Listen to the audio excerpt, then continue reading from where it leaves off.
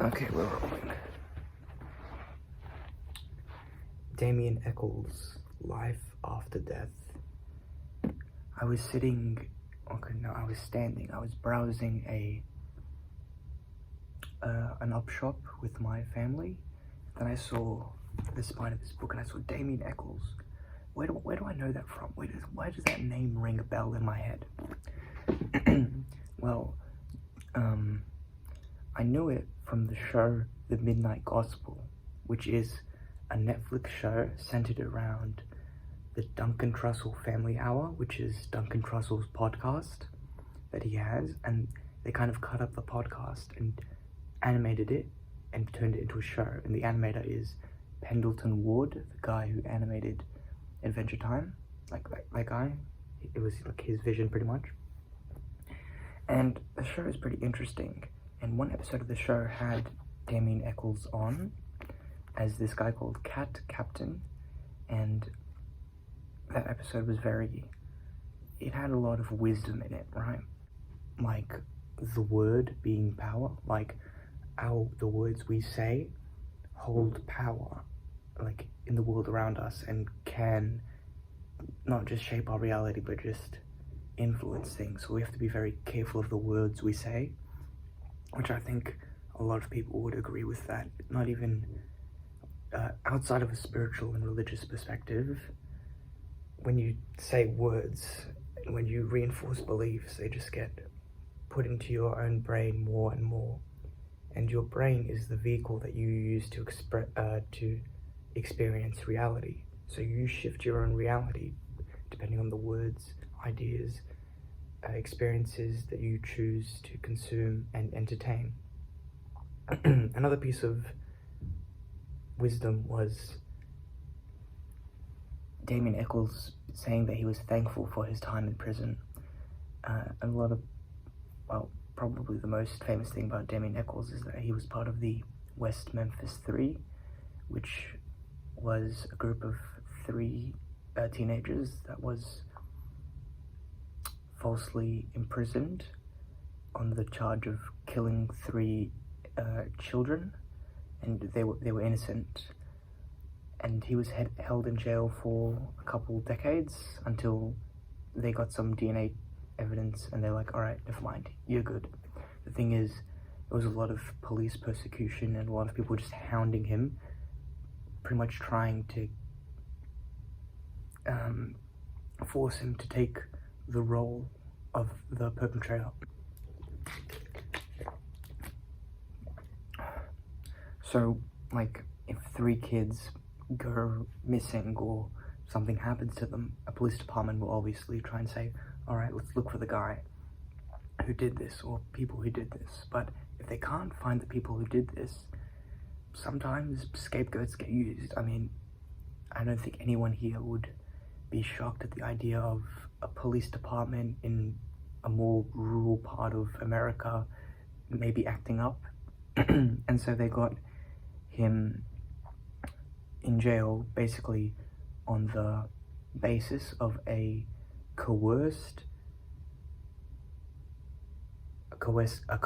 confession story coming from Damien's mentally challenged friend.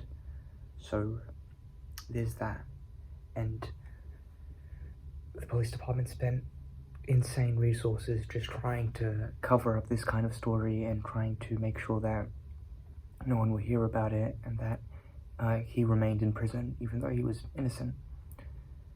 It was just a case of being in the wrong place at the wrong time. But Damien doesn't want anyone who reads this book to focus on the pain and suffering that he endured, which, let me spare you with details, but he definitely suffered a lot when it comes to physical beatings, having your rights taken away from you, not being able to see your family and communicate with them, and just being, abused and being in just a really bad situation. But he doesn't want people to just feed off of the energy of this book. He phrased it in a much better way. I think he called the people who read those kinds of books like vultures or whatnot, because I know a lot of people, well, I don't know a lot of people, but a lot of people will consume media just to see people suffer. I was like, wow, it's so interesting. So you like, just a focus on the suffering is kind of the wrong thing. Damien Echols, he wasn't born Damien Echols, I think he was born Michael Hutchinson. Let me just double check that. Michael Hutchinson, yeah. And Damien Echols is his confirmed name, like second name, Catholic Church, that kind of thing. Even though this guy isn't like strictly Catholic, because he also embraced a lot of aspects of Zen Buddhism and other spiritual mysticism while he was in jail, which he like used to cope, which is very very interesting.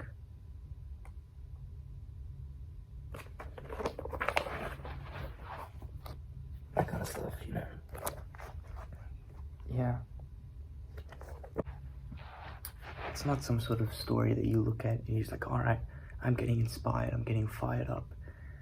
But it is kind of inspiring how, despite his circumstances, Damien now would say that he's thankful for the time he spent in prison, because it gave him a lot of mental fortitude and really taught him to dive within himself and pull out what resources he had. So that was one of the pieces of wisdom from the Midnight Gospel episode, where he said, I think I'm in prison because of good karma, because I'm thankful for the time that I spent, like I'm thankful for those experiences. And yeah, it's a pretty triumphant story in its own way. Obviously, a lot of systems are corrupt.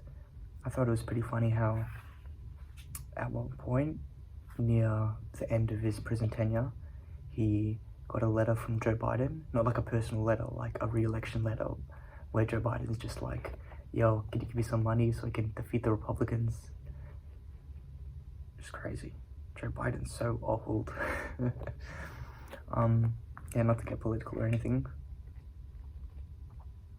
But yeah, a lot of nice practices, like writing letters and whatnot to fans, and he got a whole documentary made, and they started a fund so that they could get the lawyers to like get the police to do their jobs and actually look at the evidence and whatnot.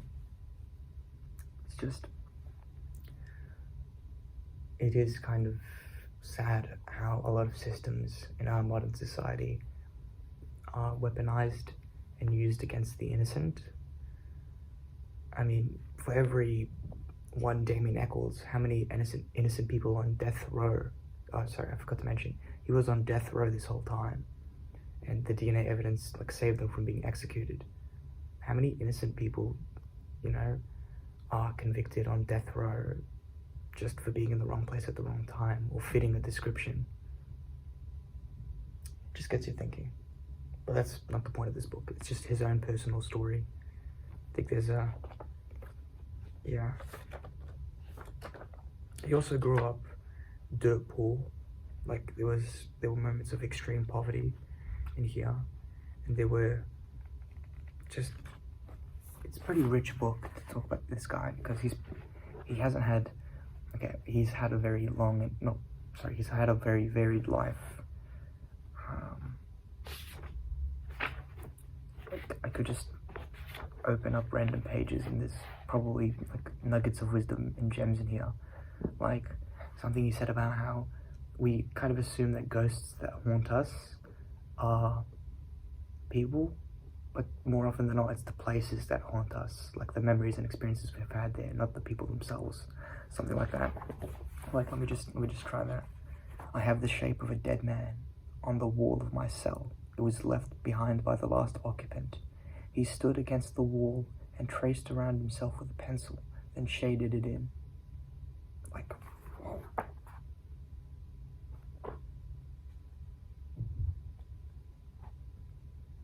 It took me way too long to read this book. Way too long. I just kept like stopping and starting and stopping and starting. But I finally finished it. Now I can put it on my shelf and say that I have read Damien Echols' Life After Death. What is in my throat?